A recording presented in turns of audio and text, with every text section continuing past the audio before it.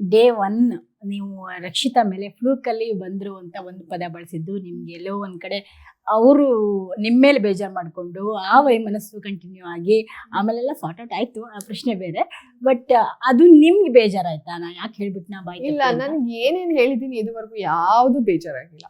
ಯಾಕಂದ್ರೆ ಆ ಕ್ಷಣದಲ್ಲಿ ನನ್ಗೆ ಅನ್ಸಿದ್ದನ್ನ ನಾನು ಹೇಳಿದ್ದೀನಿ. ಇವತ್ತಿಗೂ ಅಷ್ಟೇ. ಈಗ ನೋಡಿ ಬರ್ತೀವ್ರೆ, ನಾನು 14 ವರ್ಷ ಆಯ್ತು ಇಂಡಸ್ಟ್ರಿಗೆ ಬಂದು. ಸೊ ಇನ್ನು ಸೈಕಲ್ ಹೊಡಿತಾನೆ ಇರ್ತೀವಿ, ಎಲ್ಲೋ ಏನೋ ಒಂದು ಕಷ್ಟ ಪಡ್ತಾನೆ ಇರ್ತೀವಿ, ಒಂದು ಯಶಸ್ಸು ಅನ್ನೋದು ಸಿಗೋದು. ಈಗ ಸೋಷಿಯಲ್ ಮೀಡಿಯಾ ಆಗಿರೋದ್ರಿಂದ ಅದು ತುಂಬಾ ಪ್ಲಸ್ ಆಗಿದೆ, ತುಂಬಾ ಜನಕ್ಕೆ ಇಲ್ಲ ಅಂತ ನಾನು ಹೇಳಲ್ಲ. ಅಂದ್ರೆ ಏನೋ ಒಂದು ತಪ್ಪಾಗಿ ಹಾಡು ಹೇಳೋದು, ಅವ್ರು ವೈರಲ್ ಆಗ್ತಾರೆ. ಇನ್ನೆಲ್ಲೋ ಹೆಂಗೋ ಹಿಂಗ್ ಕಣ್ಣು ನೋಡಿದ್ರೆ ಅವ್ರು ವೈರಲ್ ಆಗ್ತಾರೆ. ಯಾವ್ದೋ ಒಂದು ಸ್ಟೇಡಿಯಂ ಅಲ್ಲಿ ಕ್ರಿಕೆಟ್ ನೋಡಕ್ ಹೋದಾಗ ಅವ್ರದ್ದೇನೋ ಎಕ್ಸ್ಪ್ರೆಷನ್ ಕೊಟ್ರೆ ಅವ್ರು ವೈರಲ್ ಆಗ್ತಾರೆ, ಜನ ಹೋಗಿ ಅವ್ರನ್ನ ಫಾಲೋ ಮಾಡ್ತಾರೆ. ನಂಗೆ ಇದೆಲ್ಲ ಫ್ಲೂಕ್ ಅಂತ ನಾನು ಈಗ್ಲೂ ಹೇಳ್ತೀನಿ. ಓಕೆ, ರಕ್ಷಿತಾ ಆತರ ಮಾತಾಡೋದನ್ನ ಜನ ಈಗ್ಲೂ ಇಷ್ಟಪಡ್ತಾರೆ, ಇಷ್ಟಪಡ್ಲಿ, ಅವಳು ಬೆಳೀತಾ ಇದ್ದಾರೆ, ಅದೆಲ್ಲ ಖುಷಿನೇ. ಅವತ್ತಿಗೆ ನನ್ಗೆ ಏನ್ ಅನ್ಸಿದ್ದು, ಈಗ ಒಬ್ಬ ಕಲಾವಿದ್ರೆ ಇರ್ಬೋದು, ಆಂಕರ್ಸ್ ಇರ್ಬೋದು, ಇಲ್ಲಿ ತನಕ ಬರೋದಕ್ಕೆ ನೀವೆಷ್ಟು ಕಷ್ಟಪಟ್ಟಿರ್ತೀರ, ನಾನು ಎಷ್ಟು ಕಷ್ಟಪಟ್ಟಿರ್ತೀನಿ, ಇದು ನಮಗಷ್ಟೇ ಗೊತ್ತು. ಸೊ ನಾವು ಈ ಜಾಗದಲ್ಲಿ ಅವ್ರು ಕೂರಕ್ಕಾಗಲ್ಲ. ಈಗ ರಕ್ಷಿತಾನ ಆಂಕರಿಂಗ್ ಮಾಡು ಅಂದ್ರೆ ಅದು ಒಂದು ಅಟ್ಲೀಸ್ಟ್ ಒಂದು ಹೋಲ್ಡ್ ಇರ್ಬೇಕಲ್ವಾ ಭಾಷೆಯಲ್ಲಿ. ಅವಳ ಭಾಷೆಲಿ ಅವಳು ಮಾಡ್ಬೋದೇನೋ, ಬಟ್ ಕನ್ನಡ ಅಂತ ಬಂದಾಗ ಅವಳು ಈಗ್ಲೂ ಅದೆಲ್ಲ ಟ್ರೋಲ್ ಆಗ್ತಾ ಇರುತ್ತೆ.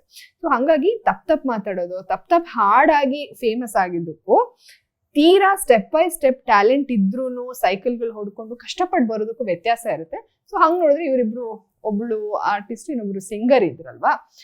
ಅಂದ್ರೆ ಅದಂದ್ರೆ ನೈಜವಾದಂತಹ ಒಂದು ಟ್ಯಾಲೆಂಟ್. ಇದು ಹೆಂಗಾಗತ್ತಂದ್ರೆ ಅದೇನೋ ಡಿಫ್ರೆಂಟ್ ಆಗಿದ್ದಾರೆ, ಯುನಿಕ್ ಆಗಿದ್ದಾರೆ ಅಂತ ಜನ ಇಷ್ಟಪಡೋದು. ಅದು ಎರಡಕ್ಕೂ ನನಗೆ ಡಿಫ್ರೆನ್ಸ್ ಅಂತ ಅನ್ಸಿ ನಾನು ಅವತ್ತು ಹೇಳಿದೆ.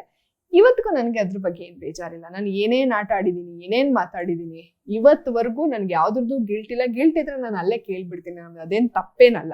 ನಾವು ತಪ್ಪು ಮಾಡಿದೀವಿ, ಹೌದು. ಈಗ ಗೆಜ್ಜೆದು ಅಷ್ಟೇ, ತಪ್ಪು ಮಾಡ್ಬೇಕು ಅಂತ ಮಾಡಿದಲ್ಲ, ಆಮೇಲೆ ಆಯ್ತು, ಅದನ್ನೆಲ್ಲ ನಾವು ಸಾರಿ ಕೇಳಿದೀವಿ. ಬಟ್ ನಮ್ಮ ಉದ್ದೇಶ ಏನಿತ್ತು, ಆಕ್ಟಿವ್ ಆಗಿರ್ಬೇಕು, ಮನೇನ ಆಕ್ಟಿವ್ ಆಗಿರ್ಬೇಕು, ನಮ್ ಕಡೆಯಿಂದನೂ ಒಂದು ಎಫರ್ಟ್ ಆಗ್ಬೇಕು, ಕಂಟೆಂಟ್ ಮಾಡ್ಬೇಕು. ಕಳ್ಸಿದ್ದಾರೆ ಬಿಗ್ ಬಾಸ್ ಮನೆಗೆ, ನಾವ್ ಏನು ದಬಾಕ್ಲಿಲ್ಲ ಅಂದ್ರೆ, ಅದು ಬಿಗ್ ಬಾಸ್ ಮನೆ ವರ್ಡ್, ಏನು ದಬಾಕ್ಲಿಲ್ಲ ಅಂದ್ರೆ ಕಳಿಸಿದವ್ರಿಗೂ ಬೇಜಾರಾಗತ್ತಲ್ವಾ.